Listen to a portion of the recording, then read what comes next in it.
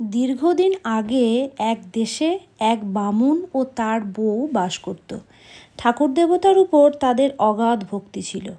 তারা প্রতিটি বার ব্রত সবই করত, সকল দেবতাকে মানত, কিন্তু তাদের ভাগ্য এত খারাপ ছিল যে তাদের কোনো ছেলে বাঁচত না।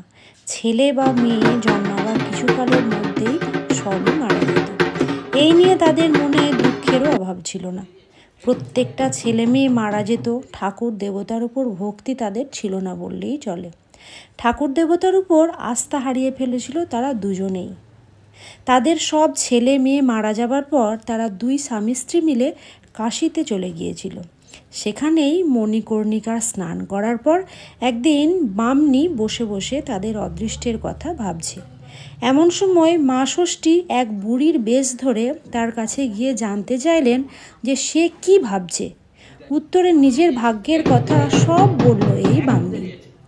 সে বলল যে সে আর তার স্বামী সকল ঠাকুর দেবতার পূজা করত, সব বার ব্রত পালন করত, তবুও তাদের কোনো ছেলে বাঁচেনি। তাই তাদের মন ভেঙে গেছে, তারা ঠাকুর দেবতার উপর আর আস্থা রাখে না। এই কথা শুনে মা ষষ্ঠী তাকে বলল যে বার ব্রত পালন কখনো বিফলে যায় না, ঠাকুর দেবতাও কখনো মিথ্যে হয় না। তারপর বললেন যে বামনী যদি কখনো নীলষষ্ঠীর ব্রত না করে থাকে তবে সেই ব্রত সে যেন অবশ্যই পালন করে, কারণ ছেলে মেয়ে অর্থাৎ সন্তানেদের দেবী হলেন মা ষষ্ঠী। আর এই নীলষষ্ঠী ব্রত পালন করলে তার কোনো ছেলে মেয়েই আর মরবে না। এই কথা শুনে সেই বামনী তাকে এক নিয়মের কথা জানালেন। সারাটা চৈত্র মাস ধরে শিবের পূজা করতে হয়। চৈত্র মাসের সংক্রান্তির আগের দিন উপোস থাকতে হয় এবং শিবের মন্দিরে ঘিয়ের প্রদীপ জ্বালাতে হয়। এরপর মা ষষ্ঠীকে প্রণাম করে জল খেতে হয়। এই কথাগুলো বলার পরই মা ষষ্ঠী চলে গেলেন। এই কথাগুলো শোনার পর সমস্ত নিয়ম বামনী নীলষষ্ঠী ব্রত পালন করতে লাগলো। দেখতে দেখতে তার আবার ছেলে মেয়ে হলো, সবাই বড় হলো, কেউ আর মারা গেল না।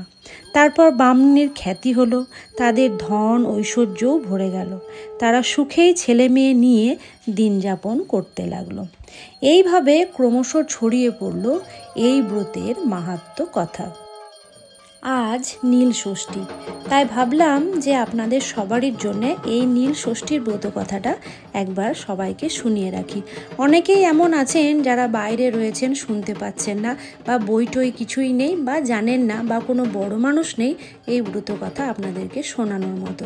তাই ভাবলাম আমি যখন যতটুকু জানি আপনাদের সামনে তুলে ধরার চেষ্টা করি। আমাদের বাড়ির সামনেই, মানে আমাদেরই যে মহাদেবতলাটা আছে, তো সেখানেই এই পুজোটি পালন করা হলো। আজকে ছিলাম সবাই মিলে, তো ভাবলাম কি যখন রয়েছে তো সবাই মিলে গিয়ে পুজোটা দিই আর তোমাদেরকেও এই ব্রত কথাটা শোনাই। এই ব্রত কথা অনুযায়ী পুত্রবতীরা অর্থাৎ যারা ছেলের মা সেই হিসেবেই আর কি এই ব্রত নিয়মিত ভক্তি ভরে পালন করলে তাদের ছেলে বলুন মেয়ে বলুন কখনো অকালে মারা যায় না, পুত্রকন্যার শোক ভোগ করতে হয় না, এবং তারা ধন ঐশ্বর্য স্বামী পুত্র কন্যা নিয়ে পরম সুখেই দিন যাপন করতে পারে।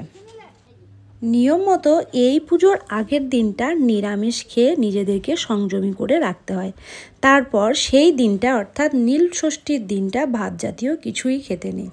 সব কিছু হওয়ার পরে দিনের বেলাই হোক বা সন্ধ্যাবেলাই হোক নীলের ঘরে বাতি জেলে মহাদেবকে উৎসর্গ করে প্রণাম করে তারপর পুজো প্রসাদ সমস্ত কিছু গ্রহণ করা যায়। সন্তানদের ভালোর জন্য মা বাবারা এরকম করেই